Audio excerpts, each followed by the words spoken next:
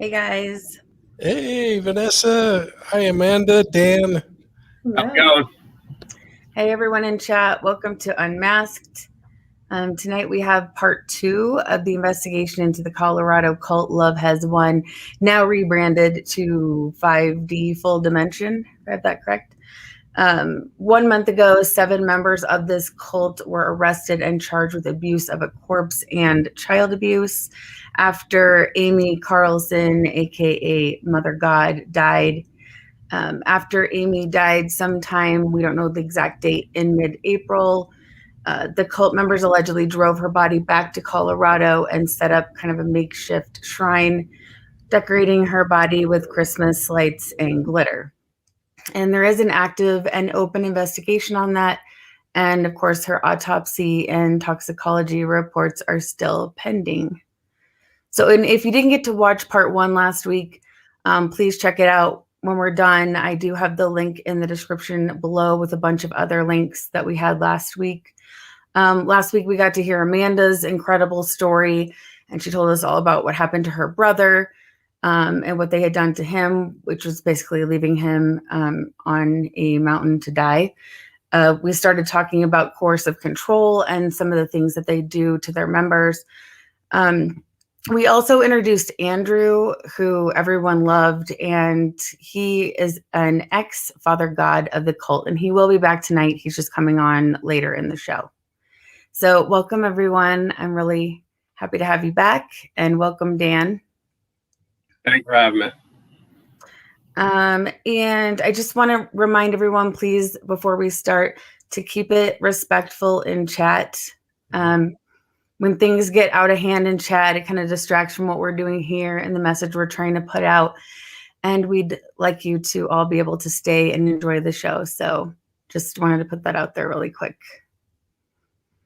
And of course, we have Mike again from Profiling Evil. Welcome back, Mike. Oh, it's great to be here. Thanks for letting me come back. If you get called back for the second part, that usually is a good sign you didn't mess up on the first time around. No, we love having you. It's always a pleasure.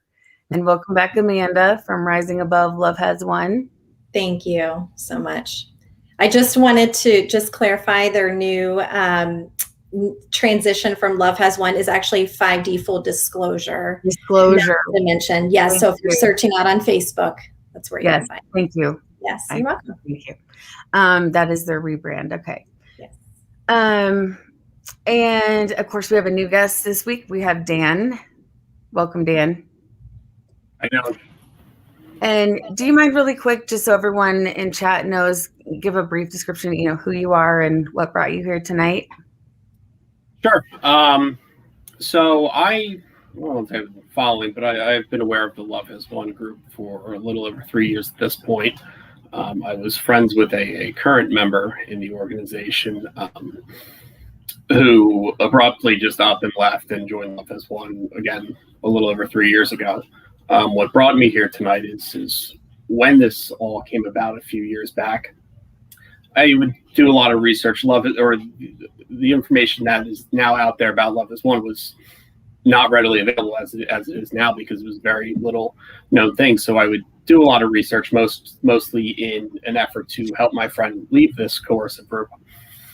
Those efforts really proved to be futile. So after a while, I just kind of said, you know what, I'm here if I get the call, but I got to move on with my life. Then approximately about a year ago, I saw Amanda's story the day on Facebook with her brother and her whole Facebook campaign. Someone had sent me that. I said, my God, this is insanity. I reached out to Amanda saying, hey, I know about this group. I want to help any way I can. And then from there, I've been in contact with Amanda. She had told me about this a couple weeks back. I watched episode 1 and then figured I hopefully could provide some information about Love Has Won, some of the things that are not, talked about as much. The sexy and the scandalous story right now is the issue of Amy Carlson's death and the Christmas lights. But I believe, and it's been shown in a lot of their videos over time, some additional crimes that are being committed and more victimization of these people within this group. Well, we're glad to have you here. And I don't know if you guys saw this, but after part 1, they did make a rebuttal video. I had to check it out. And they basically, it was interesting. They basically thanked us for driving so much traffic and potential followers. But I think we were talking about this earlier. I think they have a little twisted on why people are heading over there. It's like anything. I think people are heading over out of concern because they are seeing these videos and the outrageous behavior, and it's shocking, quite frankly. And I think that's what's driving people to go over there more than anything else. But really quick, before we get into everything, I wanted to play a short clip. It is about 3 minutes long, but I think it's really important to kind of set the stage for what we're going to be talking about tonight. My vision was chicken parmesan. So the Adams turn around on me and get me meatballs. I didn't say meatballs. I love meatballs, but I didn't say that. Chicken parmesan. Son, are you going to wake up and serve God, or are you going to go to sleep? Yes. Yes, what? Serve God. Really? Mm-hmm. When? When you choose? Today, as soon as I'm Sometime up. today? As soon as I'm up, yes. Okay. Well, when are you going to get up? Because everyone's up. We never went to sleep. Why are you sleeping? Your first fractal. I asked you if I could. Oh, yes, you did. And you did, and then we got you up, remember? You had your hour, and then we got you up, remember? And then you wandered back in here. Remember, I seen you on the stairs. Funny, though, ain't it? This guy. That was authentic. That was real. I cried. I felt it. Now it's like we put in the spotlight, try to cry. It's just a whole different feeling. It's not a feeling that I felt when I saw you crying. That was real. I cried for that. So I'm not sure what y'all want me to say or do. I really don't. I'm getting more frustrated with the fact that my love for my mom, my creator, is being questioned. It's not saying that. It's your talking to. It's not you and your higher self. Bring it, please. What else? Because if this has anything to do with my loyalty for God, bring it. AJ is so personal. And said you need to figure out how to release whatever this is. I release every time I go outside and move energy. Yeah, because it feels like I'm being put on the spot to show tears that aren't there. Okay, get them hope. We all have to release what we took on, and we can't pretend she didn't go through what she said. I mean, everybody on this team has watched it, but us four sitting here have watched it all. And that's why you can't cry at anything else, because only what mom went through and what we saw is real.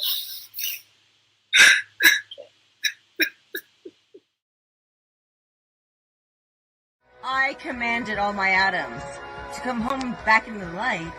In order for them to come home back in the light, they had to be whole. You know, I'm like 8 billion egos. Yeah, I got this. I got him, Robin. Woo!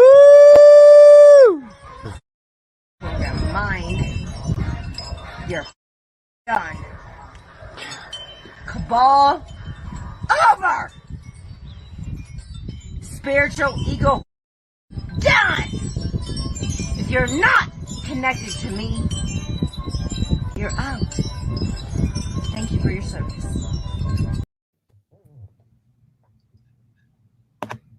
Wow. So, thoughts? You know, one thing I will say is just something that I learned early on from a PhD as we were talking through some of the wackiness that to us at least appears as wackiness. And what he taught me was that while it doesn't make sense to us, it makes perfect sense to them. Yeah, I can see. I mean, it is hard to watch that and understand a lot of it. And that's what I'm hoping we can kind of dig into tonight. So, yeah, definitely abusive. I know, Mike, we kind of scratched the surface of the coercive control last week, but I wanted to get more into that. So can we kind of talk about the different methods they use? And well, it's really hard because when you look at coercive control, the methodology almost becomes individualized. Each of us have, if we kind of think about, we talked a little bit about it last week, the Maslow hierarchy of needs. We before we ever care about some cool things, we got to be able to breathe and we got to be able to eat. So as we work up that hierarchy of needs, we got to be able to first satisfy the most baseline needs. And so to be effective in these cults, one of the things is to strip people of all identity and all their ability to reason on their own and to think. Now, they can regurgitate, and we could sit and talk to members of this group, and I'm sure they could regurgitate ideology that they have. They could talk about their belief system day in and day out without stopping, and it would almost be rote, one person to another. But what they can't do is personalize things of how it impacts them, what it's doing to them, what their responses are. And so if we can get people to join into an ideology, surround them with love, make them think they are the most important thing on the planet, and that there's finally a group of people that love and understand them, and by golly, treat them like they deserve to be treated, then we can start slowly stripping away and isolating them when they're not following the rules and other things, so that they learn what they have to do to be successful in the organization. And being successful in the organization is yielding to the leadership. Perfectly said. And Mike, I think you hit the nail right on the head in regards to Love Has Won. I mean, first, the topic of changing an identity. I mean, once all these people have aliases that they use, different angel names or whatever they call them, but I do believe that is a way to strip identity. Now, Mike, let me ask you, in your experience as an investigator, the majority of these people, except for, well, in the situation with the reporting Amy's death, the 2 children that were in the house, they are adults. So everyone has free will to join this. You have free will, you have First Amendment rights to say whatever weird stuff you want to say on the internet, short of making terroristic threats or things like that. But in the idea of these people then leaving and having their identity stripped and just kind of having this ideology pounded into your head 24/7, where does the idea of free will kind of get lost in attempting to leave? I think if you see one of the news reports that was out there about Denver or somewhere, had a video that panned the house, then zoomed out, and you saw the location of this house where Amy Carlson's body was found was in a very, very remote location. Where they were in California as well, is a very, very remote location in California. In Florida, where they were temporarily at, I know, having visited them one night, that's a very remote location. So having your identity stripped, your funds completely eliminated from you, having no access to that, and then, not feasibly being able to physically remove yourself or at least walk somewhere. Going back to Amanda's story with her brother, was walking to an airport that's a 4-hour drive away. Well, 4-hour drive is like, what, 24 hours walking? Yeah. So where does that idea of free will then get essentially eliminated? You can join, but you can't necessarily leave. Yeah, kind of the Hotel California syndrome. And the idea is, if you think about even something that we're all maybe more familiar with, and that is a battered spouse in a relationship, that over the years and years of abuse, they finally somehow in that mindset come to realize I'll never escape this. This is just my lot in life, and this is what I'm going to be dealing with. And so I can either minimize the violence and the risk and the abuse by just going along with it, or when I push back, I'm going to have a harder time. And so you see people who seemingly could just walk away, but emotionally they are chained and held to the ground just as strongly as if they physically did have chains holding them. They don't have the willpower or the mindset or the belief that there is a support system beyond the doors of the cult or the group that they're dealing with or the battering spouse. And that's really what becomes the challenge, is that as they go through this separation process, the cult needs to make sure that they don't travel alone. They're going to always have someone with them. It's a security blanket for the organization to keep control. You know, it's the old adage of don't take the pastor with you if you have a case of beer. Take two pastors, because then you know they're not going to drink the beer. But if you only take one, it's really easy to step away and gain the strength to step away. Same kind of mentality happens here. Is they keep them controlled in that way. They control their movements. They tell them that there's no support system. In children cases where they're abducted, we see it over and over again, where the abductor, if they keep the child alive, tells them, your family's quit looking for you, nobody cares. And pretty soon the victim starts to internalize that and actually believe it. So when they use these things, are they consciously using these processes, like they're cognizant of what they're doing? Like, for instance, all right, we're going to do the sleep deprivation. We're going to make sure their calories are restricted. We're going to make sure they don't have contact. I mean, that's all part of it, right? The manipulation, but they're. I absolutely believe that. I mean, we do it with our military. We take young military recruits. We deprive them of sleep. We put them on a stringent schedule. We get in their face and scream at them, and we give them orders, because when it comes time to charge a hill, we don't want them to second guess or question the commander. The cult is the same thing. When it comes time to charge whatever their hill is, they don't want somebody who's going to second guess and say, well, I kind of read the scriptures differently. Mm-hmm. Yeah, you can kind of see, I don't know what your thoughts are, but when you watch these videos, you can see how exhausted they are. I mean, it's all over their faces. That's sad to me.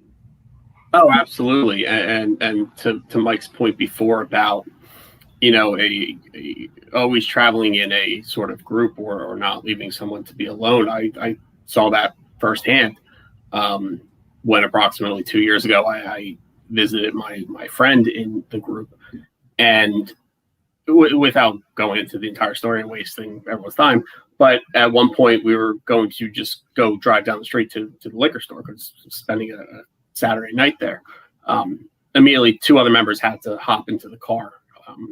Even at points where we sat off to the side, my friend and I, to, you know, talk, have a moment like away from everything, I could see, like, in my peripheral, someone was always watching. And at that time too, I mean, you had 6 people. You couldn't live in closer quarters. There were 6 people living in a tent at a campground. So you really had nowhere else to go. So every description that Mike just gave there of the cult mentality and the kind of that herd mentality absolutely is applicable to Love Has Won. I was going to say to that also that I really feel they had down exactly how to do it. It was very calculated. And I'm talking prior to the whole 5D full disclosure, you know, reorganization. So Amy and Miguel, they knew, I mean, you book the session and then there's the love bombing, you know, so it just happens so slow that these members just don't realize it. So it's so easy for people on the outside to be like, you know, for me, to my brother, like, what are you doing? Like it's right there, but they're very good at what they're doing, exactly to what Mike and Dan said. And then what about, you touched on this a little bit, Amanda, last week, when you brought up the whole kind of the boxes you said that were ticked to kind of the human trafficking. Oh yeah, that's something Dan and I have actually talked about. Dan would probably be best to speak on that, but you know, they're doing all of this work. Dan, you want to touch more on the human trafficking discussion that we were having recently? Well, sure. Yeah, human trafficking. Everyone hears human trafficking, you immediately think of human sex trafficking, and then if your love has one, you go into right-wing conspiracy theories that every liberal is part of a sex pedophilia ring. But human trafficking is not always just sex trafficking. Human trafficking is transporting these people, or can be defined as transporting these people across state lines or across the country, which has absolutely been the case with Love Has One to perform work for your organization. Certainly, if it's done without pay, I mean, there's an element of forced labor there also. So I think you do see instances of human trafficking here with Love Has One. While they are, everything is saying they are based out of Colorado, at least in the 3 years that I've known about them, they've moved from California to Colorado to Oregon to Hawaii to Florida, back to Colorado, some in California. But allegedly this body was, or Amy Carlson died in California, was transported across state lines. So when you have people bouncing back and forth like that, and you are demanding that they do that as work, and certainly without pay, you do have elements of human trafficking there. Yeah, that's what I agree, because you've got the intensive labor, you've got the, sleep deprivation, and then, I don't know, they made it a point to say on the video, of course, we talked about this too, that everyone is there on their own free will. And I guess we do get into the territory, and I don't know, Mike, if you could expand on this, how is that checked out? I mean, I know that that's what they're saying, the face of the group is saying that, but how do you verify that?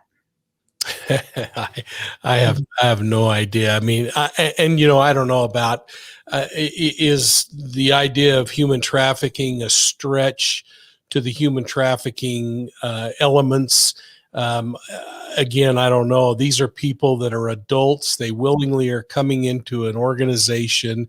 They are willingly sacrificing their own time for the good of the organization. They somehow are getting something out of it, whether it's that you are this great biblical name and you are going to fast track to heaven, or it's that you're going to be in charge of a little pocket of people or a program within the organization. They're getting something out of it in order to stay into it. Now, there are some people who are just plain victims in life, and they get sucked into these things because their mindset is, it makes good sense. I'd rather have somebody make decisions for me than be responsible for making decisions myself and maybe making a bad one. And there always are going to be people like that join these groups because they like to be controlled. But the old days of thinking, where we used to think these are kind of dumb people that join cults, isn't true. Now they may be uneducated at some level, but these are intelligent people. And cults don't want a liability. They want somebody that's going to bring something to the organization and build it up, that's going to have assets or skills or capabilities or charisma in order to make this thing better. They don't want liabilities. That's one of the differences, in my opinion, between them and traditional religion that is out there trying to lift the downtrodden and those that are hurting and feeding the hungry tummies. That's not the concern of these groups. Well, I believe when someone becomes a liability to them, and this is not speculation, as with a lot of things surrounding Love Has One, these are things that they openly discuss in their videos. It's when someone seems to become that sort of liability, they are essentially kicked out and left on their own without funds. When they become a liability, the answer is, oh no, they've lost the spirit. They're no longer following the plan. Yeah. Out of right action. Correct. Yes. Yeah. I noticed that was used a lot in the videos for pretty much everything and every kind of excuse for every behavior. Is that what you've seen? If you're out of right action, that's the excuse for out of right action, projection. What I see in you is what's really within me. Zero accountability, a huge amount of manipulating each other. You know, it would be great now that we have some leaders, you know, members displaced in different groups and leaders removed, to see them pull back on that manipulation of each other and really grow into what they wanted to be, what they thought they were signing up for. Because yeah, everything that's been out there, you can just see the manipulation and zero accountability. I mean, even for the members that have left, right? My brother's situation, it was his fault. We're lying, right? I mean, there's still zero acknowledgement that, hey, at the end of the day, you all really didn't look that hard to help us find him. You blocked us from the live stream. Nobody was helping us, and we had to rely on strangers. Still, it's flipped back on us. So that's typical for them. So this might seem like an obvious question for, you know, those of you who are more familiar with the cult, but do they believe what they are saying? Meaning, let me give an example. So if you're watching the videos and they said that Amy was paralyzed from the chest down, right? Then you can see other videos where she's clearly moving. I'm just trying to put this together here. So do they believe when they continue that narrative that she is paralyzed? I'm just, I guess, not getting that. Or do they just hope everyone doesn't notice? Are they believing all of the manipulation they're spouting? I guess is my point. Well, I think as with anything, and like we touched on before, they will say these things, but again, they are just broadcasting on the internet, just complete contradictions to what they are saying. They use a lot of words, but their actions in no way match up to the words that they say. I mean, that's an example there. The example Amanda just used right now, where they said, "Oh, you're lying and all this." Well, look at this line of text messages. Look at this line of messages, these videos, where you're saying you put them on the other side of the mountain, or whatever ended up happening there. It can be definitively proven, like, you are lying. Here are the messages we sent to you. When you can say something, but when there is evidence to contradict that, right? I do have to question whether you actually believe this, or it's more word vomit. You know, another really hard thing that I think we have to think about when we're dealing with members who have accepted an ideology is that if they ever evolve and take the stance that the ideology was wrong or that the belief system wasn't true, that's really risky for them to step up and say, I was wrong. Risky personally to say, I was duped and I got sucked into this. And so oftentimes you'll see people who will stay just because it's less painful than admitting that you made a really bad judgment error. I'll just to that point, I watched the first live video, which did have some of that rebuttal. I admittedly did not watch all of it, but I heard that I got a lot of shout outs. In the very beginning, though, the reason I tuned in to listen is because it was the first live stream of Lauren and Ashley, who go by Hope and Aurora, in 5 weeks. They were called to be with Amy in her final moments, and they've not been on live in 5 weeks. So I just wanted to hear what they had to say, because I know at the end of the day, they loved Amy. And so they're grieving that loss. And I heard Lauren say, you know, people want us to leave. People, you know, their big point was, look, Amy has ascended and we're still here. You know, we're here by choice. And then I heard Lauren say, and what would I go back to? You know, and it's a good point, because like you said, people that show up at mission oftentimes have given up everything. They've cashed out 401ks, they've sold their homes, their property, they've donated savings. I mean, left their children behind for what they felt was good, a good group, saving humanity. And so I think a lot of it is just that, I mean, I know from connecting with a lot of members that it's hard for them to accept once they realize, oh my gosh, this wasn't what I thought it was. It's very, very common for them to be depressed, have suicidal ideations, suicide attempts, many of them.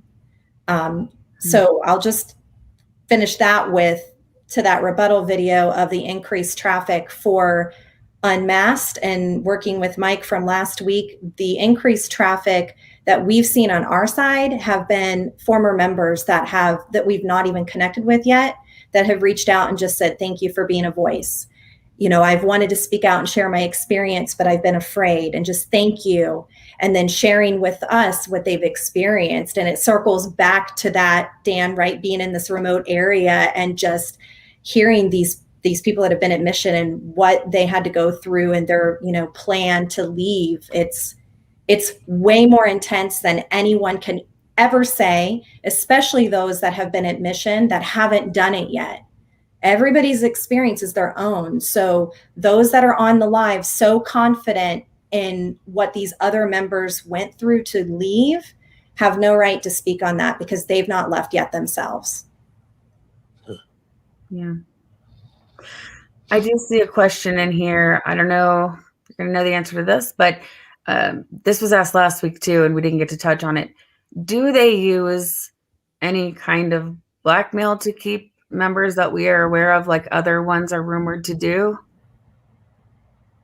I believe so. And I had spoken with a former member who shared their experience, and there is certainly a level of extortion. Again, this goes back to the point where they are broadcasting these things on the internet left and right. A lot of these videos, are very weird. You're saying things, a lot of very damning things. They have a lot of anti-Semitism, a lot of racial slurs, things like that. So I do believe there is some element of, and that's just what we see also. So I do believe there is some sort of element of extortion. Saying, well, if you leave, we're going to expose ABC here. And this person had told me that there's part of that. And that also makes it difficult for people to leave, because once you have burned those bridges, you've been taught to, cut ties with friends and family. And then you're in this group and you choose to leave. It's like, well, okay, well, you have nowhere to go, or this is what they're telling you. Okay, you have nowhere to go. And if you do go, well, we're going to show this. So that adds another layer into leaving. It's really a sad thing. Some of that is criminal also. But to what extent, that would be on a case-by-case basis. I couldn't even speak to that, because when you book a session, which is a phone call, you're opening up to this nonprofit organization with, right, like personal information, life experiences, how you found them, right? And so you go through this very personal connection and you feel like you found love and support. But in our experience, very quickly were things pulled out that were said by my brother, and they're just thrown out, and and we don't even know where they're coming up with it, because they only knew my brother for 2 months out of his life, and clearly when he was in a vulnerable time, right? But yeah, things that are disclosed in those sessions are very quickly public knowledge when you speak out. And again, that circles back to what I touched on in the first episode of, their big thing is, why is the sister always talking and not my brother? They prove what they do when people speak out. Look at how they spoke about me last week. I didn't watch. I'd stopped watching, but that's why. So yeah, agreed. That makes sense to me. Okay. Did any of the members leave after Amy's death that you're aware of? I have no idea. That's a great question. Did any members? So members went into hiding. I'm just going to be transparent. A lot of members went into hiding. And when I say hiding, this is a group that's all over social media. And so people went very quiet for a long time. Family members were very concerned. They weren't hearing about their loved ones. And it's clear now that we've had Jason showing back up on social media within the last few days under a new name, that they're in different groups, and there's a lot of, they're kind of all against each other right now. And a lot of them are confused, and, why was this acceptable and now it's not? And I thought this was Father God, and now these people are saying that it's not. And so there's a lot of confusion right now. To my knowledge, I know that there were members that went home at like the perfect time, meaning right when Amy's body was discovered or shortly before.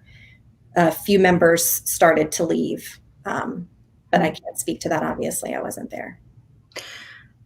And I saw somewhere above someone had mentioned that there are possibly 3 factions at this point now after her death. Mike, I know we touched on this a little bit last week. Can you expand on kind of the dynamics now with, if that's true and there are 3 factions beginning, does that make things more tense? Are they going to be handling things differently? Or I find that fascinating that there's that internal struggle going on. Yeah, there actually is kind of an interesting dynamic that occurs in the either generational cults. A generational cult would be something like polygamy, where there seems to be a natural succession. God kind of lines up who's going to become the next prophet. And then you have these convert groups that I would kind of classify Love Has Won as a convert group, where people who aren't raised in an ideology, but they somehow there's somehow all these puzzle pieces come together. And in many cases nowadays, it's the internet that allows them to have their own special ideology and find each other. But these convert groups are usually easier to break up and see disintegration happen in than a generational cult, from my experience. And, I mean, there's some real experts out there. Rick Ross is an expert, Yanya Lalick, they're experts. I guess after 40 years of dealing with them, I kind of know a few things about them, but that's my experience. Generational cults, tougher. Convert cults are a little easier, because now what we're going to see is there has to be some kind of revelation that says who's in charge. Now, is that Amy, who through revelation reveals, and a couple of people believe it and they say this is the new person in charge? Is it a power structure of who is the most charismatic or has the most eggs in their basket when the time comes that they become the leader? I don't know. But what we're seeing, I think, is we're seeing these factions break off, because now there are people who are vying for control of the group. There are indications that maybe one individual has figured a way to collect the assets of the group and either gain control or make a run for it, which is crippling to an organization. There's also the marketing side of this group that's selling the oils and the swag. And is there a specific controlling entity there that could take over? So that's really what we're doing now, is we're kind of seeing the earthquake come to an end. And now all the people are starting to settle in and choose up sides.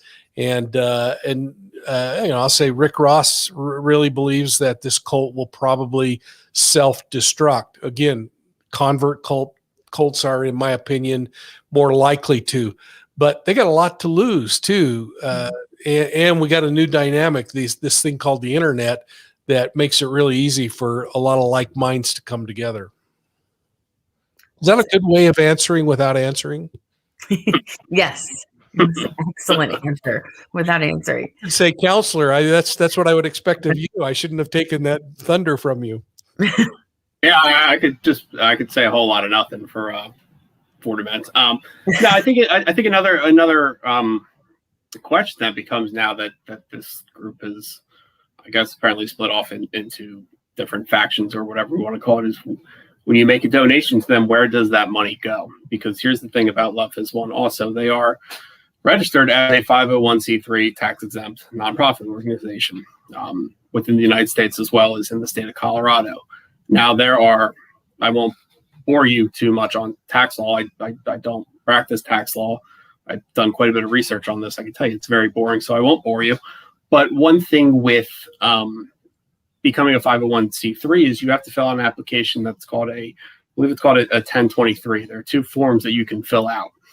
There's a 1023-EZ, which is a 3-page document, or the standard form is 1023, which is it's 20 some odd pages. A word that Love Has Won likes to use pretty frequently, but not put into practice, is transparency. Well, the purpose of a nonprofit organization is showing financial transparency. The public can request a copy of your application or just because you don't have to quote unquote pay taxes, you do still have to file tax returns with the IRS to maintain your nonprofit status. I requested those documents from Love Has Won a couple of years ago. It was forwarded to another member who then I spoke with over the phone, who in essence to my request told me to, well, it starts with F, rhymes with duck, off. So when you look at this document that they've sent to the IRS and that is been signed under the penalty of perjury, you have several misrepresentations that are made to the IRS. First off, in that 1023 EZ document, one of the first lines on there is saying that you will not have gross receipts of over $50,000 annually. Well, you check no, so you keep going down the line there. But how is that truthful in any way? If we see in just the past year, you had several people relocating to Hawaii. You were doing what you call charitable campaigns for $40,000 for a tilt-a-whirl for Amy, and that goes into the idea of a charitable purpose. What is that? There are several misrepresentations. I mean, one of the things also is they list their address as Crestone, Florida. There is no Crestone, Florida.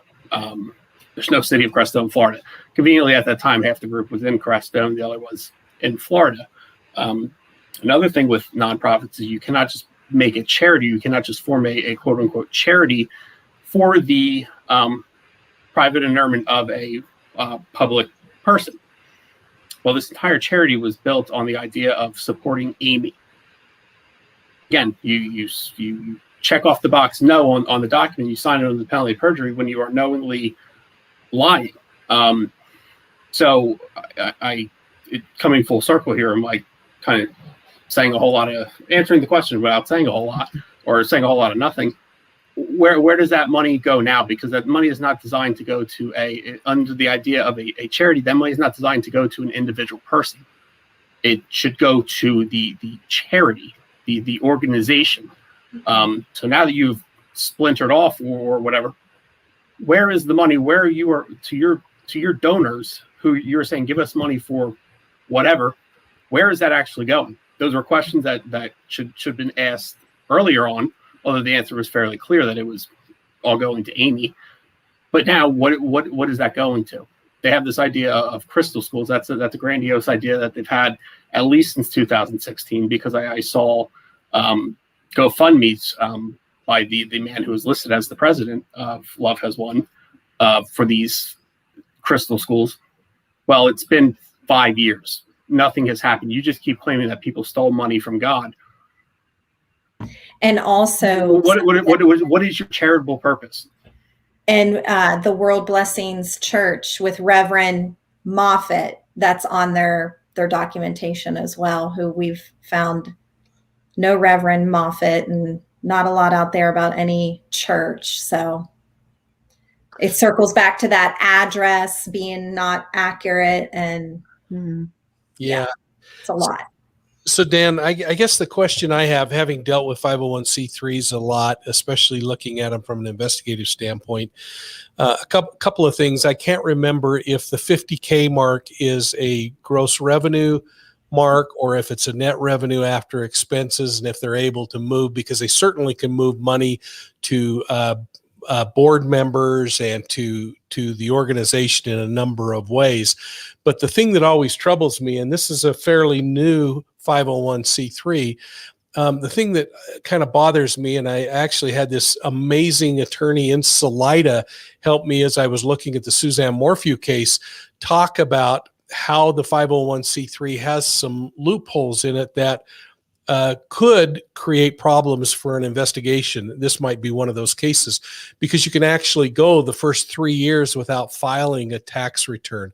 By law, you don't have an obligation to file board of directors minutes and talk about how the money is being moved around.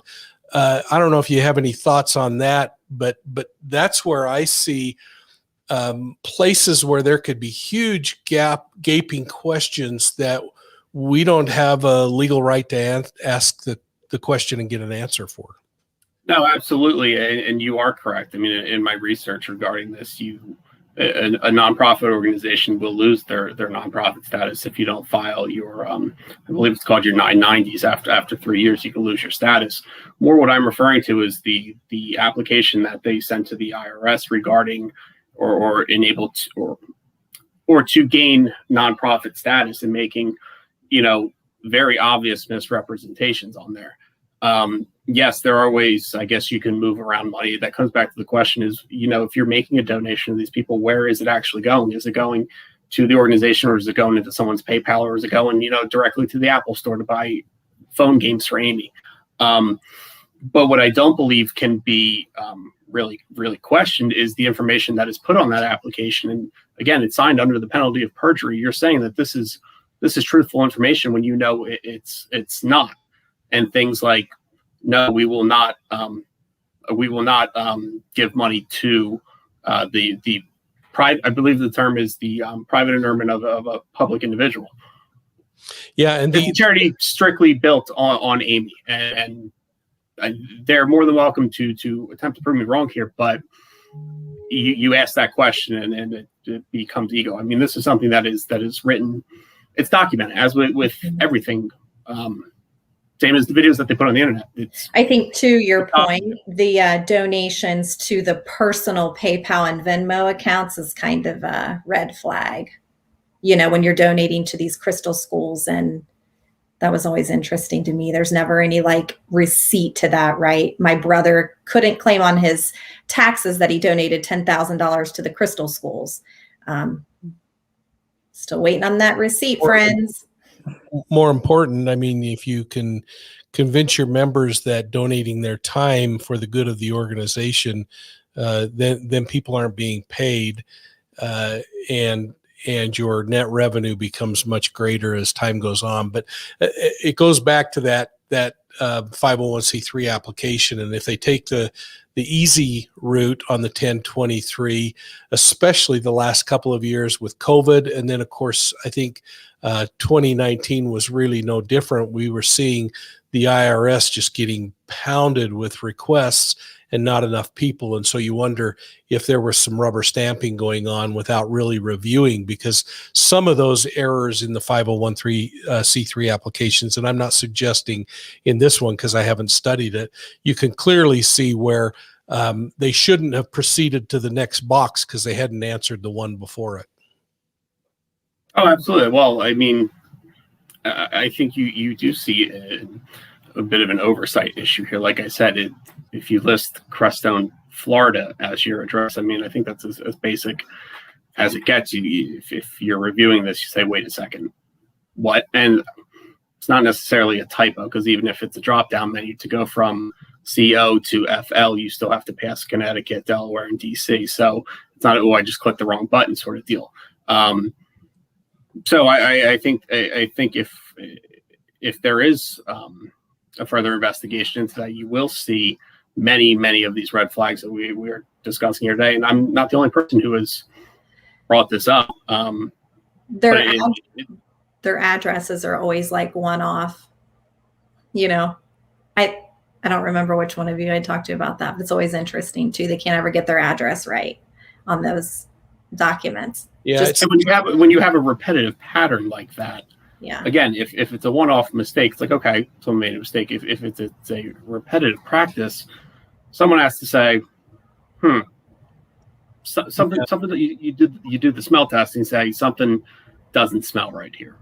Well, the beauty of this from an investigator's point of view is those seem like really smart cuts to make, but they end up being the things that put Al Capone away, or there are other ways to solve a problem, and we're seeing that even now with the filings in Daybell's case today, that they're looking at insurance frauds and the abuse of Social Security monies and other things. So all of those become really important from an investigative standpoint. But again, I haven't looked at it close enough to say whether, to me, there's something that looks weird. But whenever you have those omissions, you sure scratch your head.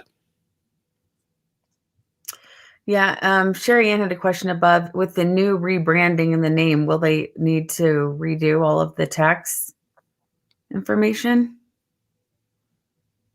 I'm not sure, but I don't know if I would even classify this as a rebranding. I would say it's more of a just changing the name. Rebranding would insinuate that you're kind of changing your message or your entire practice, which doesn't appear to be the case. I mean, admittedly, I don't watch their videos anymore, but it seems like it's more of just a name change and going about business as usual. So yeah. Yeah, could just be still the parent company remains the same on the 501c3, but you have a new public name that you drive. So Yeah. Oh, and just so you know, on the Reverend Moffat, for us Coloradans, Moffat's a town in Colorado. So you probably already knew that. The town of the Mission House, which is the cult house where Amy's body was found. Yeah. That Miguel, the president of the nonprofit organization, happened to just let these people who needed a place to stay come, and then went to the next town to call the police. But that's a topic for another day. Yes.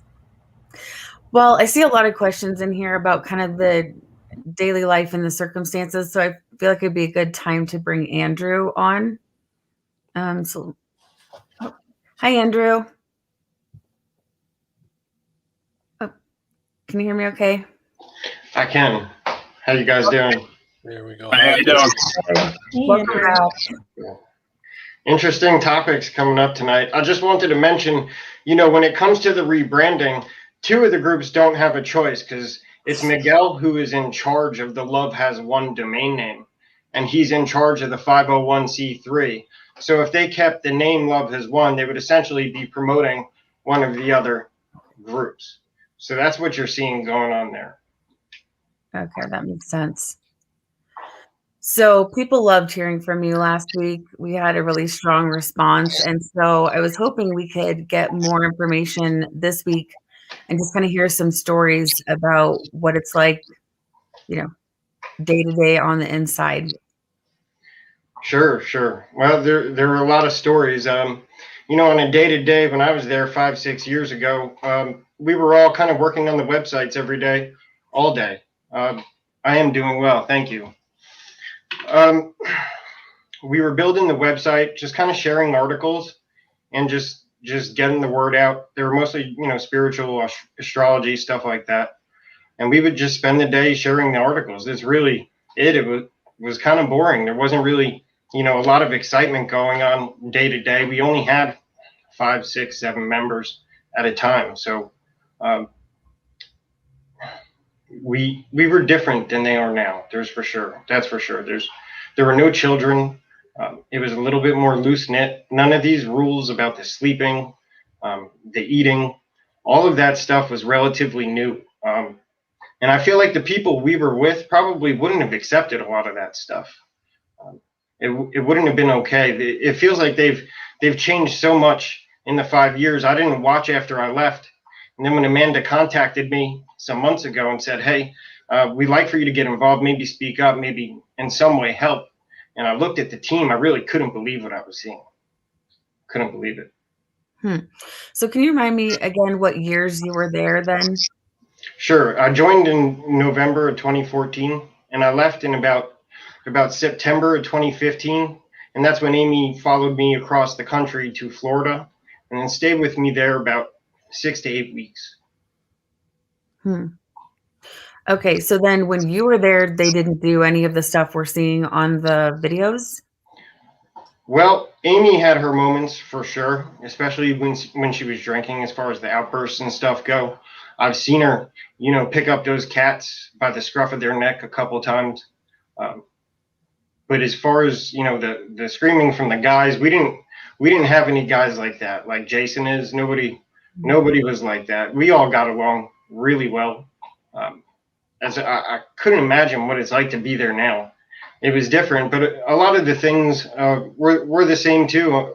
Amy with the drinking, that would start every night after dinner. By the time she went to bed, it was 7, 8 o'clock in the morning. She's 8, 9, 10 highball glasses of vodka in. She had spent the night literally telling stories for 5, 6 hours without taking a breath.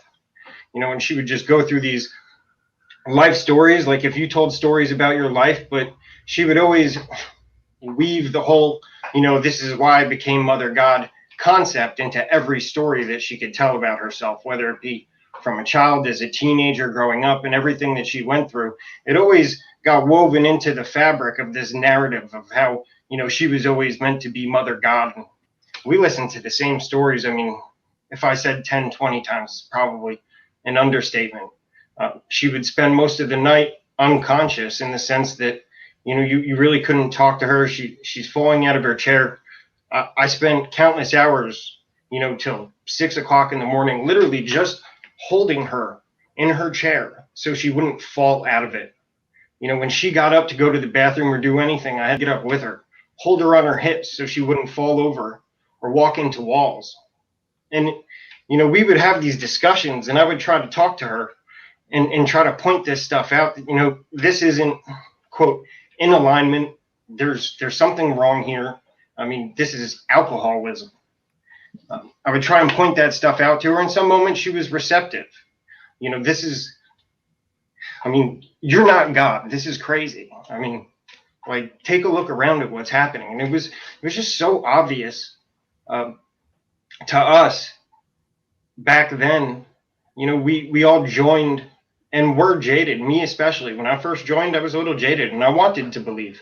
I was in this place where I realized I didn't understand the way the world works. And I was in that vulnerable spot, like Mike talked about last week. It was kind of a perfect storm, but it didn't take long to start to put the pieces together. And everybody I was with, we all left the house. We were all there. We knew what the score was. It's kind of like you were playing this cosmic game of house, really. And you go along in the sense that you don't want to create resistance, but we knew that, this was a person who was really trying hard to do good things. With this whole concept of being God, Mother God, the mother of creation, was really twisting and warping all of the intentions that the group had, because instead of making it about the message, it all became about her all the time. Mm-hmm. And that's really where everything went wrong, I feel. You mentioned last week that there were a few times. Oh, and remind me, Sherry, I'll get back to that question for you. There were a few times when she did admit to you that she was not Mother God. Sure. Can you tell me a little more about that? Yeah, I can give you a little background story. So we probably have some people watching that remember this, but there was one time in our chat room where we thought these, it's really silly, but we thought these, beings from another dimension or another planet were coming into our chat. They were talking in unison and in sync, 3, 4, 5 different accounts, finishing, starting, continuing each other's sentences. And there was a lot to it. And it was really interesting and fascinating. They were saying things that nobody outside of the team could have known, sharing intimate details of what the team was up to. And it was really fascinating. We even had, one person come into the chat, talking about how her and her husband and their kids, they were, in jeopardy of losing their house. They couldn't find their mother's deed. Mother had passed away. They can't find the deed to their mom's house. They were going to lose everything. And they were freaking out. They couldn't find it. And these quantum beings, told them exactly where it was. The next day, this person comes back into chat. Oh my God, I found it. This is incredible. Thank you. And we had 2, 3, 4 of these kind of instances happen over the course of maybe a week or so. And, Amy was, going into meditation about it, consulting her guides, she claims Robin Williams, Cryon, Saint Germain, consulting them about this. And Amy said her guides were telling her, yeah, these beings are legit. This is the next step, next phase of your mission. You're supposed to listen to them. They know what they're talking about, go with the flow. And these beings really started having private chats with us, started making calls as far as, meditation times, healing sessions for mom, and that KG, this member, would be the healer. She would go into the healing booth with him, every night at a certain time, and he would do these healings. Well, we come to find out, or I started to grow suspicious after some time. She was in these healing sessions, and I could hear her moaning sometimes. And I don't mean to get graphic, but I'm going to share with you guys. And I would hear things coming out, and I would start confronting her, like, what's happening in these healing sessions? You know, they're happening at 2 o'clock in the morning. She's plastered, you know, at this point. Sometimes claims not to have recollection. And I would confront her, and I'd say, you know, is there's something going on with you and this member in this room? Because we were pretty much in a relationship. And she would tell me, no, you know, this is your ego. You're paranoid. There's nothing going on. You need to figure out what it is inside of you that's making you think this, and you need to take care of it. Go meditate on it, dissolve it. This is your programming. You need to figure it out. I tried that. I took her word for it at first, and over a couple of weeks, I grew suspicious with these beings in the chat every day. And long story short, I started to, you know, do things and watch this one member who was really good with computers put a couple of things together, and he was using these programs to make it appear as if he was 4, 5, 6 accounts at one time. It was him. Okay, he was in the corner of our room, and he was manipulating everybody for months, probably about 2 months, almost. He had Amy going into these sessions, these healing sessions, when other people were either asleep or not paying attention late at night. And she told me he would literally shake as if this consciousness of Father God would download into his body and instruct her that they were to have sexual healing. And he was essentially using this to manipulate her and take advantage of her sexually. And I had uncovered it. I confronted him in front of the whole team. He blew up, but he did admit it. She asked him to leave. And I said to her, you know, Miguel didn't believe it, because I told him over a couple of days, you know, he says, no, it can't be true. You know, all of the guides cry on Saint Germain. Everybody, they're saying this is legit. Robin Williams is saying this is legit.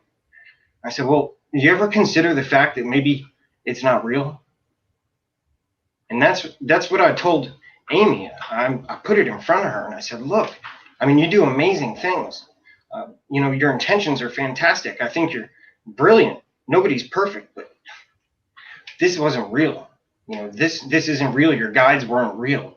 And I think you need to face this. I mean, this was literally just somebody in our corner of our room taking advantage of the whole team. We had hundreds of people flocking into this chat room every single night when they heard about this. And none of it was real. And I would put it in front of her, and I would show her. And you know, those are the kind of things that I would use as an example. This one was the most important to me. You know, and I was really upset about it because, you know, she had me trying to dissolve my intuition, for lack of a better word. I mean, I was sitting here trying to figure out why I was so paranoid. And, you know, I'm right the whole time. You know, the mother of creation. You know, I heard one of the girls say, you know, everything mom says is truth. Everything that comes out of her mouth is truth. We're living with God. And I'm thinking to myself, okay, well, what about when she lies? How is that truth? It doesn't make sense.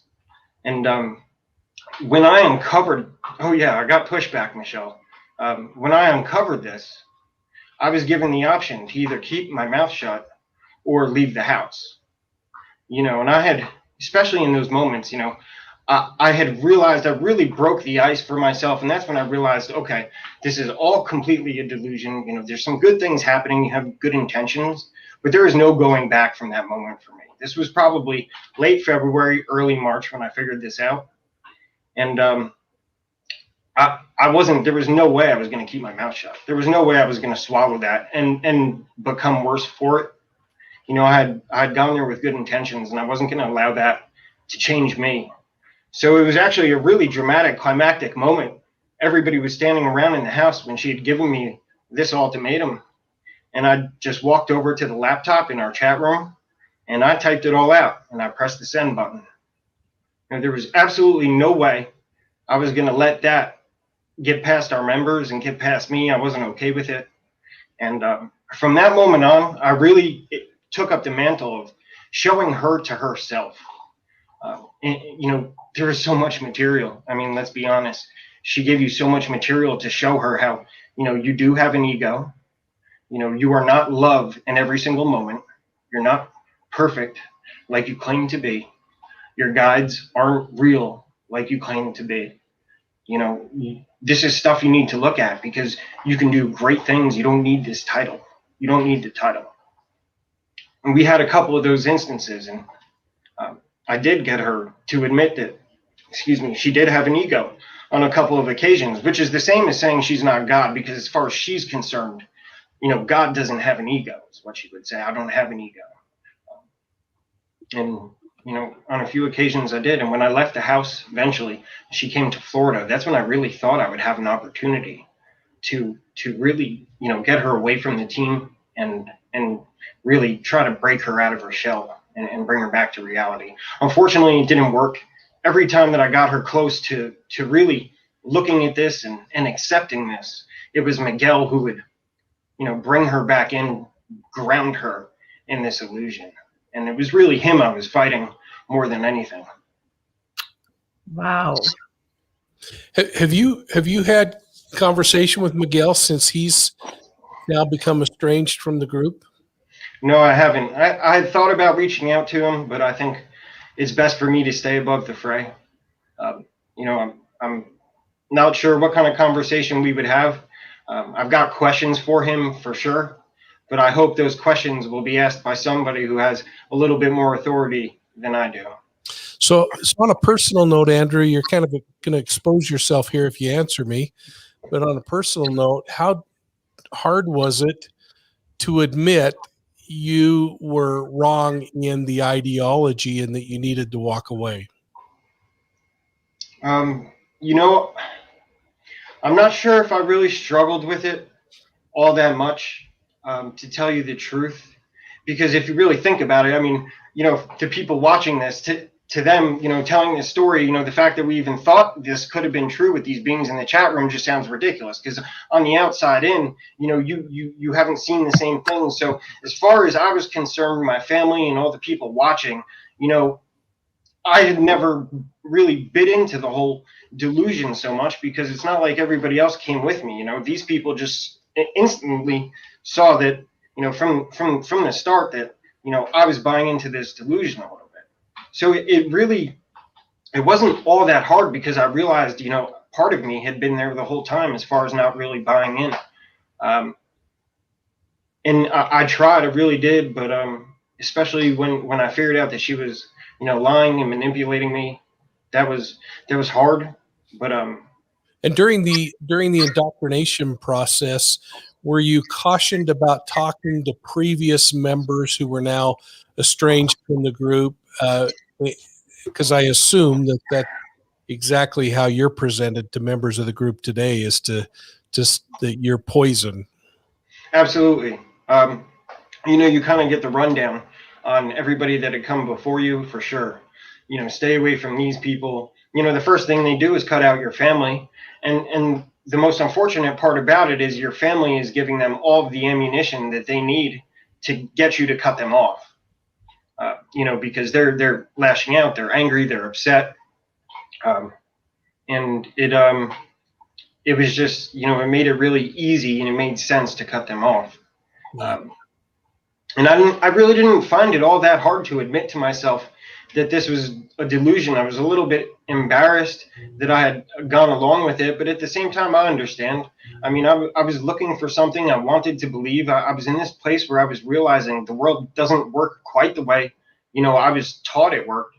And, I just took it a little too far with where I was going and what I thought was going to come of it and what was possible.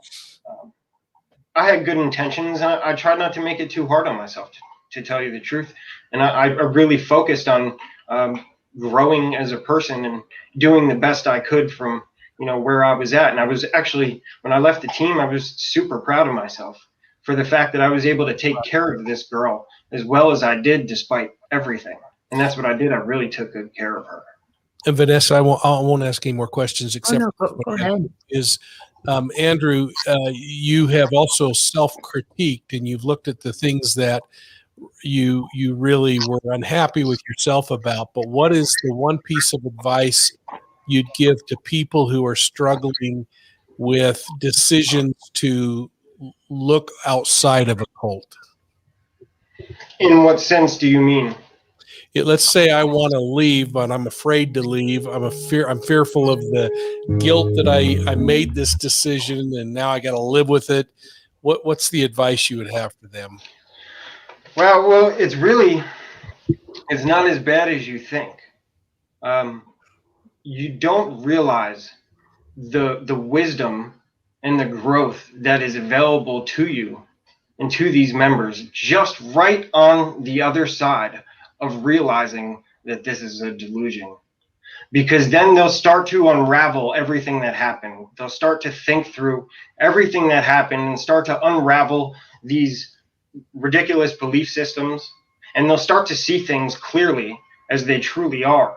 And when this happens, you're going to get this sense of clarity, and your level of discernment and your ability to see through, illusions and just genuine BS is going to go to a level that you didn't see coming.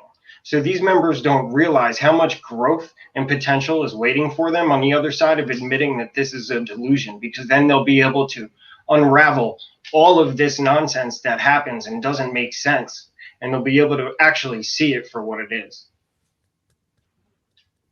That's wonderful. That's perfect. Yeah, that's a hell of a story. And Angela, I have to say, I give you all the credit in the world here. I mean, that's a little static there, I think.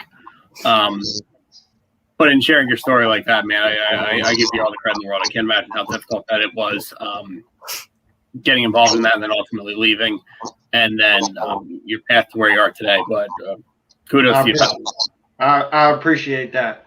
From my point of view, it just it doesn't feel like that big of a deal. I did my best. I was really proud of myself for putting my best foot forward. I challenged myself.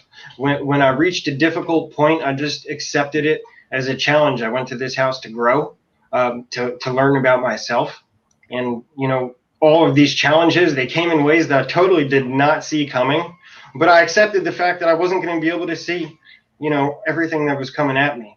And I tried to stay even keeled as best I can. It was hard in some moments, but nevertheless, I was proud of myself for what I had accomplished, for sure.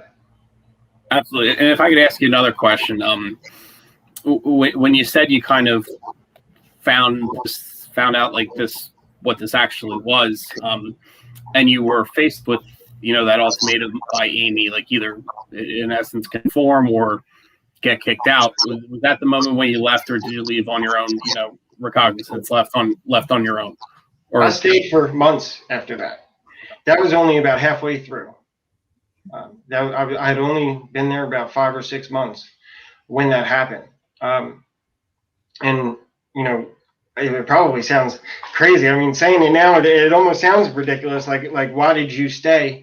And I had really grown to care about this person. I really grew to care about and love Amy, not Mother God. I mean, I really wasn't a fan of Mother God, to tell you the truth. Not at all. But I really cared about Amy. And I thought I had a shot at helping her. I really did. And that's what I wanted to do. I was enjoying my time with the team.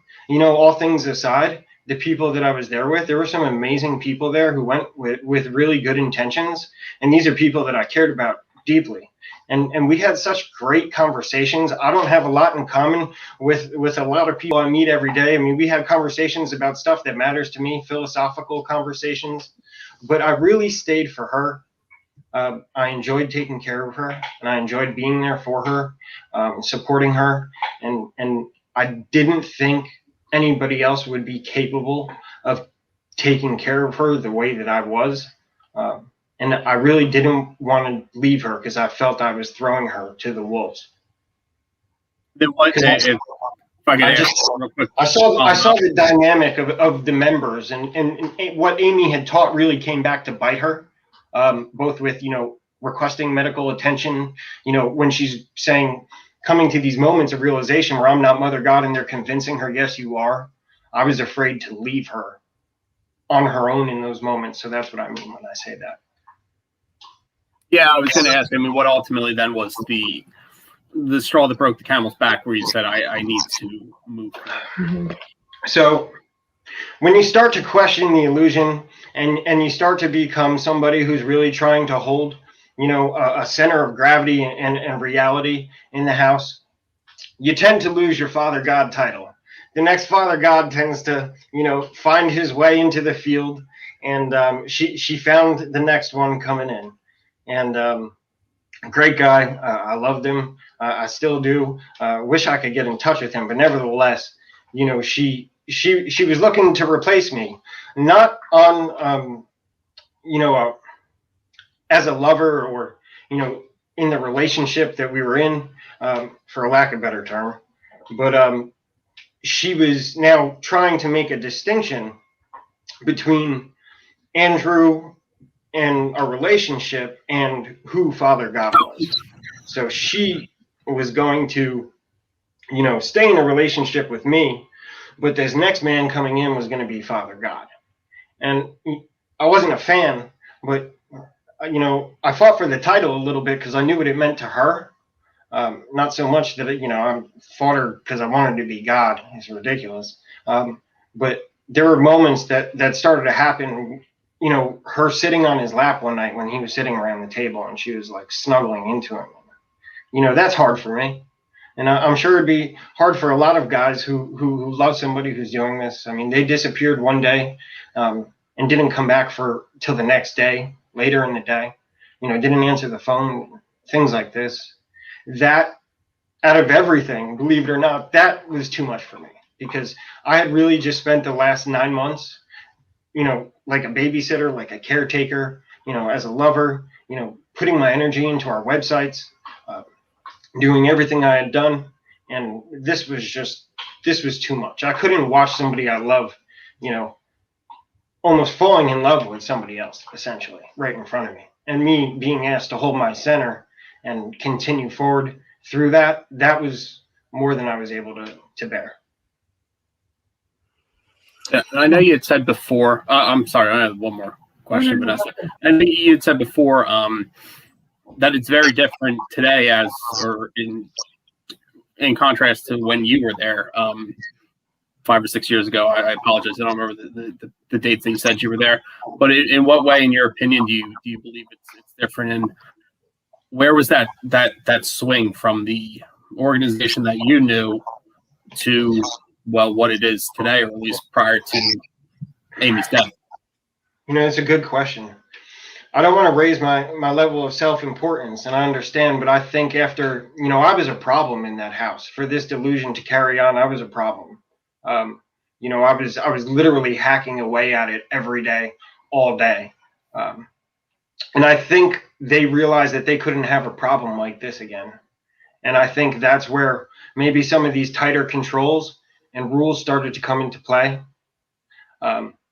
As Amy drank more, she was becoming more desperate. And forgive me, but when I left, I didn't look back. So I wasn't following for a few years, but what I turned around to, I had to skip ahead. But what I saw was rules like, and I can't verify this one, but that men had to pee sitting down to honor the feminine, the sleep deprivation, the eating, things like this. I think they really started to crack the whip. I think Amy probably had some members join that gave bad advice, and she maybe just went along with it. I think she got desperate. I can't say for certain.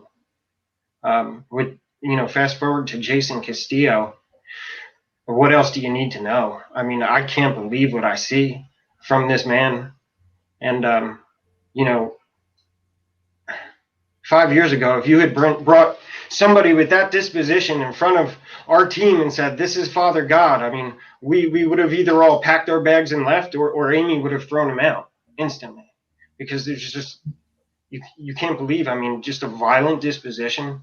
I mean, I heard he had broken one of the members' nose, and she had said, well, he fought to be God, so he deserved it.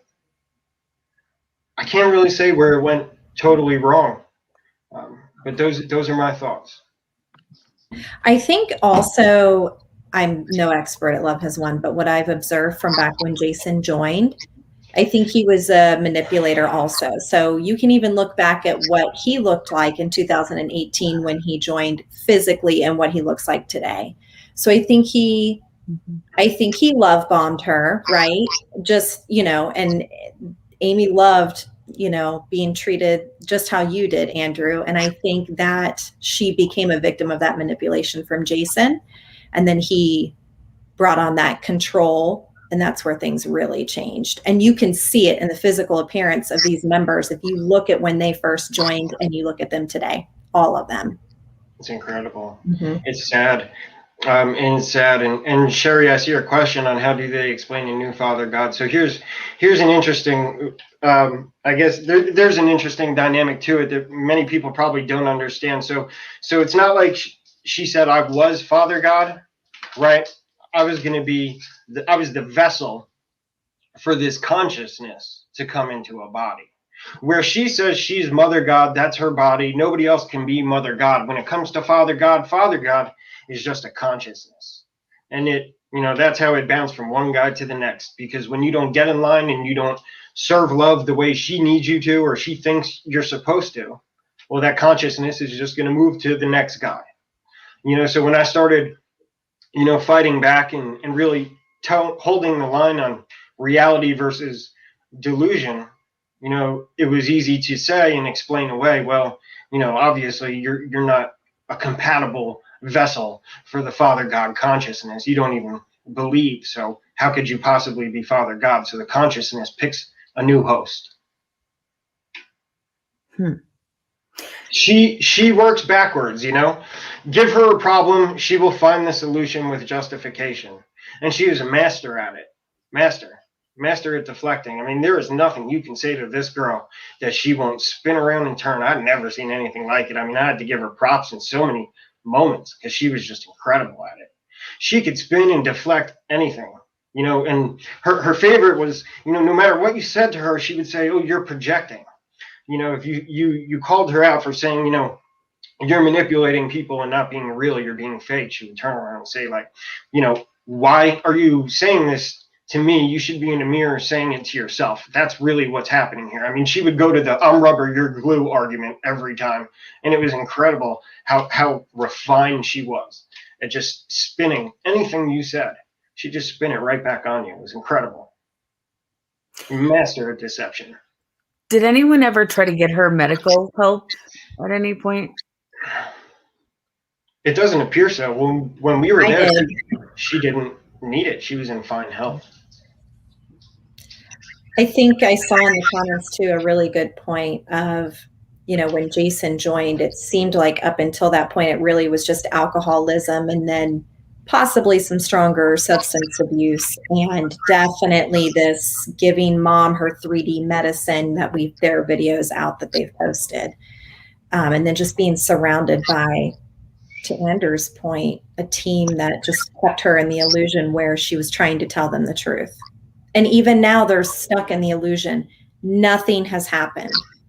Everything they said, even though they would say, well, we don't know what it's going to look like. Amy said all of these things. Jason said all of these things. Not one of them has happened. In fact, the exact opposite has happened. Well, it's a matter of just continuing. Mm-hmm. It's a matter of just continuing to kind of move the goalpost to fit the narrative. I mean, it's the saying, "Why let the truth get in the way of a good story?" Marshall, I see your question here. The friend that I continually refer to here is still a member, an active and prominent member within the group. So in part, some of the questions that I asked to Andrew about his experience in leaving, and Mike asked the question regarding the advice you would give to someone who chooses to leave. Those would be directed to my experiences with my friend who is still currently involved. Someone has a question above. There was something on Dr. Phil about the her having cancer, but was there any concrete, proof that she did have cancer? No, and her family says she hasn't been to a doctor. I think Andrew's description of how quickly she could flip things just proves the narcissism. And to that, circling way back to the beginning of our conversation about them claiming that she's paralyzed, but we see her moving, narcissism and Munchausen. I think we touched on that last week, where, and she did that poor me, I'm so sick, in these moments, and the crying videos or the crying voice recordings and things. And she was, her ascension was always imminent. When my brother went May of last year, it was, you need to hurry up and get here. You don't need money because we're going to ascend now. You need to get here. And wasn't it the same for you, Andrew? Yeah, that was pretty much exactly how it went. We need you here right now. Something's about to happen. You play a huge role in this story. There's really no time to waste. If you need us to pay for your transportation, no problem, but we need you here immediately. And her team has learned from her. So what we see now, where they're all turning against each other and this whole calling each other out and nobody's taking accountability. And they say they were trained by God. They were trained how to manipulate, not take accountability, and to be stuck in the solution. I mean, they were, and back to where Dan said, at what point are you no longer a victim of coercive control and, you're now a perpetrator? I mean, in my personal opinion, I see Jason and Miguel as issues, remove them, and then hopefully they'll just kind of naturally, quote unquote, deprogram, as, Rick says, but maybe they'll start to trust themselves because they don't have all of that restriction and those rules that Jason brought. That's my hope anyway. To that cancer point also, much like the video when they claimed she was paralyzed, and in the next frame you can see her moving her legs. I believe they claimed that she had stage 5 cancer, which isn't a thing in the medical world.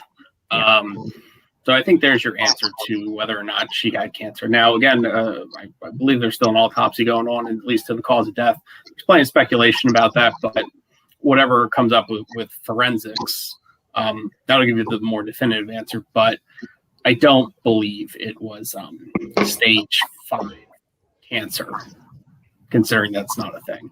Yeah, I saw that part on Dr. Phil where she says stage 5 cancer, and he's like, stage 5, huh? She's like, yep. So yeah, I did see that. When is that part of when she started ingesting all of the colloidal silver? What prompted that? I mean, because you can see that she changed colors towards the end. Did she use that for you, Andrew? Yeah. So colloidal silver was something that she would take every day, like a supplement. At that point in time, she would only take one tablespoon, maybe 2 in a day. She didn't remember it every day, but yeah, she was taking it daily. So at least 2014, 2015. Okay. They were hawking that item as I'm sorry to cut you off. They were hawking that item, selling that item as a cure for COVID, to the point where the FDA stepped in, sent them a warning letter, essentially saying, "Stop doing that." I don't think they fully stopped doing that, or at least to the to what that letter told them, or how to remedy it. But colloidal silver obviously is a very, very big part of this, and if you do any research on it, it has effects where ingesting large amounts of that will turn your skin a different color, more of a bluish complexion. And if you see some of these pictures in her last days, look kind of blue. Mm-hmm. There was a question above about the children. I know that's a big concern for a lot of people, the children that are involved. Do you know if they're socialized outside, or if they're allowed to leave the house? Or a lot of us have seen the closet video, of course, and then there are children in other videos as well. The one that we had earlier in the clip with Gabriel. So I can add something. I don't have the answer to that question, but in every moment, she is convinced that we're about to have this cosmic singularity, tomorrow, where the world is going to change and governments and institutions are no longer going to be viable. She is going to be in charge of the world because she is Mother God, and these kinds of things won't matter. So I don't have the answer to the question, but it seems to me that they probably obviously have no regard for authority and what the law is. They believe they're higher than the law, that the law shouldn't even exist, that it's the law itself is wrong action. But they probably did not bring the children to school or anything like that. Yeah, to my knowledge, school-age children, I can't speak to the children in the closet, but the most recent child that was in the home with Amy's body, to my knowledge, was not in any type of schooling. And then there's one child that was born into this cult.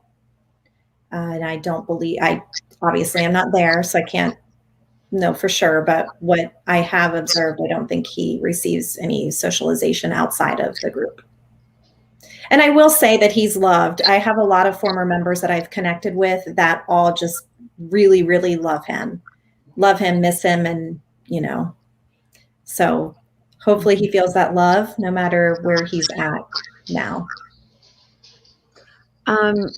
Andrew, are you concerned about the remaining members that are there based on your experience and what you're seeing now? Rick Ross is right. The dissolution of this group is inevitable without Amy. They're going to self-destruct. I mean, they don't have somebody who garners lots of website traffic. They don't have charisma. They come off as bitter, mean, angry, violent, just not in their right mind. And at least on camera, this is something that Amy she excelled at. She absolutely excelled at.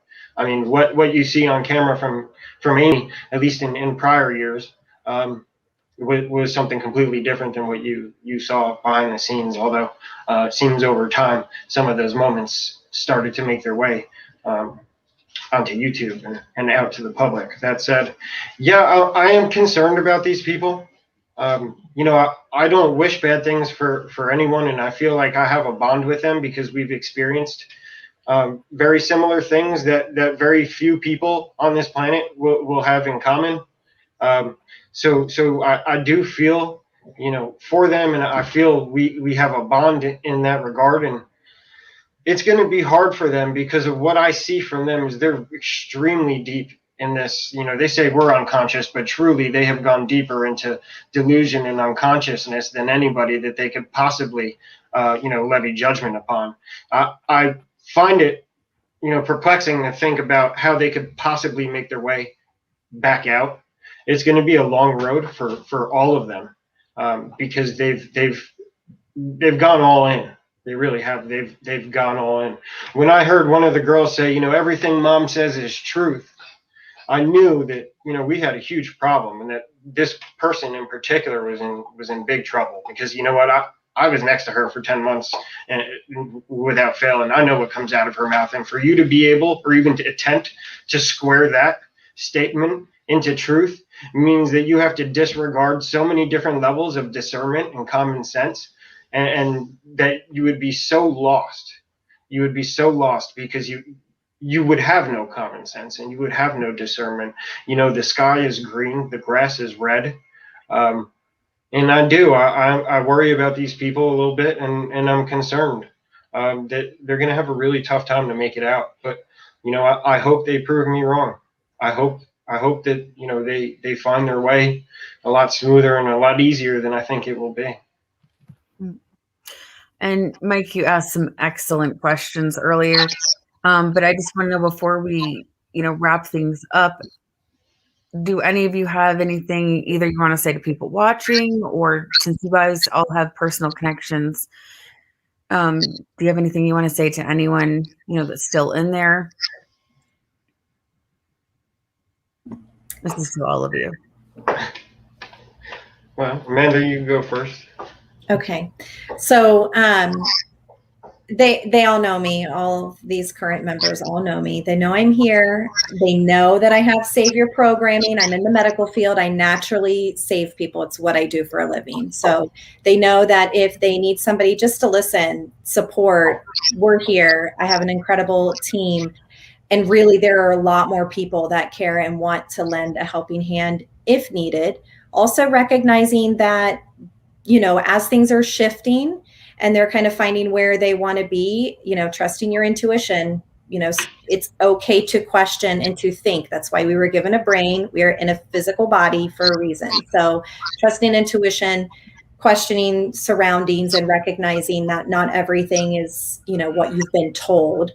And then also to all the former members that have just reached out and, put their stories, and sharing them. I just empower you all to continue to support each other. We're creating an amazing network, and Dan and Andrew are perfect examples of that, of where we're just really coming together and most importantly, learning coercive control. So I think we heard that from Andrew's story, that you just really, as a loved one, need to learn and study Rick Ross's teachings, read the book. Once you learn about coercive control and how to keep that open line of communication for your loved one, it's really the difference of them leaving a group or staying because they have nothing to come back to.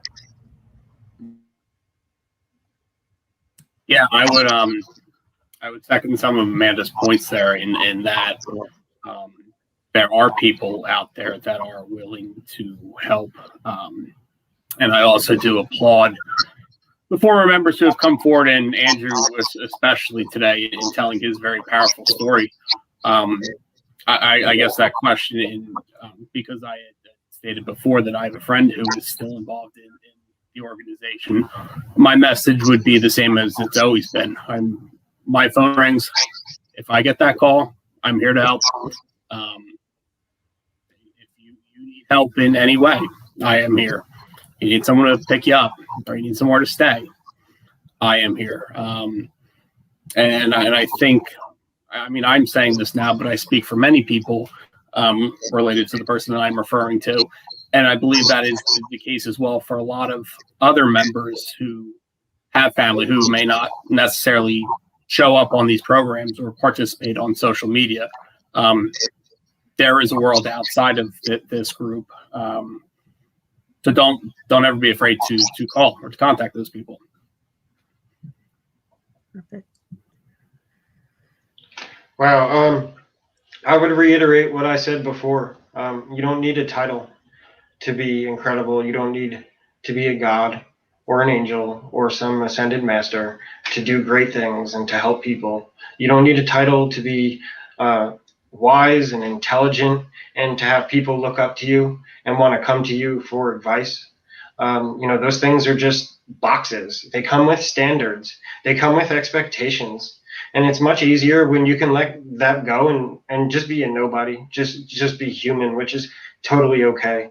It's okay if you're hungry and you want to eat. It's okay if you're tired and you want to sleep a little more. These things are okay. And maybe I just hope people do some honest reflection on what they've been through, and really take a good look. And I want what's best for the current members, and I really hope they figure things out. I really do. I think Amy knew 100% that Miguel would take the money and go his own way. I called it months and months ago. It was just obvious what was going to happen. It has happened before, and that was just the natural cycle of how things worked with this team, that people would take the money that they have access to and they would go. She saw all this coming. She knew this would happen. She knew that this team would fall apart without her, and it was her time to go. And I think she recognized the humanity of the situation in the sense that these people weren't going to band together and do something great in her name after she left, but that these people were going to splinter and fracture and move apart from each other just because, the bond that's there the bond that they have is as real as the situation that they were in. They're essentially living a lie, and whether they're ready to admit that to themselves or not is on them. But they're living a lie, and so nothing of truth and nothing good is really going to come of that. And I wish them the best. I don't want anything but good things for these people. If they wanted to message me, which I don't assume they will, I'm here to help in any way I can. And that's pretty much all I got. Perfect. And Mike, do you have anything, even if it's just, what kind of resources are available to them or anything like that? Well, I mean, first and foremost, I think either Dr. Yanya Lalick and coldeducation.com with Rick Ross, or coldresearch.org with Yanya Lalick are great places to go. I mean, they can provide help, they can provide support, they can provide exit strategies. I think the thing that I would say is, first, to Amanda and Dan, thanks for caring enough to get out in front of this and take the beatings that you undoubtedly had taken in hopes of helping people, many of whom you never will meet or know. Andrew, it's been just a delight for 2 sessions to hear of your personal experiences. I'm neither an optimist or a pessimist. I remember being taught, I think my first commander as a young detective was the difference between an optimist and a pessimist is that the pessimist knows what's really going on. And when you look at these cults, you got to recognize that they are at a huge crossroads as an organization. They can be like Heaven's Gate and choose to take their 2 quarters and put their tennis shoes on and hope that they're translated to this wonderful next life that they might believe in. They can fight for new leadership. That organizational fight going on right now. I mean, you see it even when you watch the YouTube videos as people get on and are trying to assess some level, in my opinion, of control and putting a level of all is well out there. And folks, maybe everybody should mute because somebody's giving a lot of feedback. But the other thing is that there has to be a little process going on right now where there has to be an evaluation of, can the organization survive financially? Because without the finances, they're not going to make it. And that's going to come through a number of methodologies. It's either going to be monies coming through the internet and donations. It's going to be through the revenue stream that they've created through their marketing plan of their oils and their other kinds of chemicals and potions that they're selling. And can that really be harnessed and keep the organization going and run like a business with a church on the side? Or is it going to be that they're going to have Amy or someone come back from the dead and declare who the new owner and the new leader is of the group? And all of that creates real problems. I'm not ready to call uncle and say that they're going to fall apart. It's in these crises moments that we see strength come to some organizations, and that's really frightening to me when it becomes a coercive cult who's becoming stronger through adversity. So we can't give that up. And then, I heard a whole different story because I've listened to cults for so many years. They talk in such weird code and everything else. And I'm going to just throw out one thing, and I'll look in the chats, Vanessa, and hopefully I don't create a hornet's nest here. But I think it's incredibly interesting that they came up with stage 5 cancer at the same time they came up with 5D as a name change. And could that all be in some wacky way, a way of saying, see how this is all coming together as part of this new direction we're going as an organization? And maybe Andrew would like to slap me down and answer that question. But Matt, I'm going to say, folks, it ain't over until the fat lady sings. And that's not me choosing verbiage. That's opera choosing verbiage. There's a lot more to go on these things. And these cults didn't happen overnight. They don't go away overnight. And thanks for letting me come on, though. And thanks so much to collaborate with all of you. Well, Oh, yeah. it's been a pleasure. This has been such an honor. As far as I'm concerned, it's been such an honor to spend this time talking to you. This has been fascinating. And I would like to keep the conversation going and hopefully, stay in contact, because we would like to continue to help you guys with whatever we can, any way that we can. Thank you.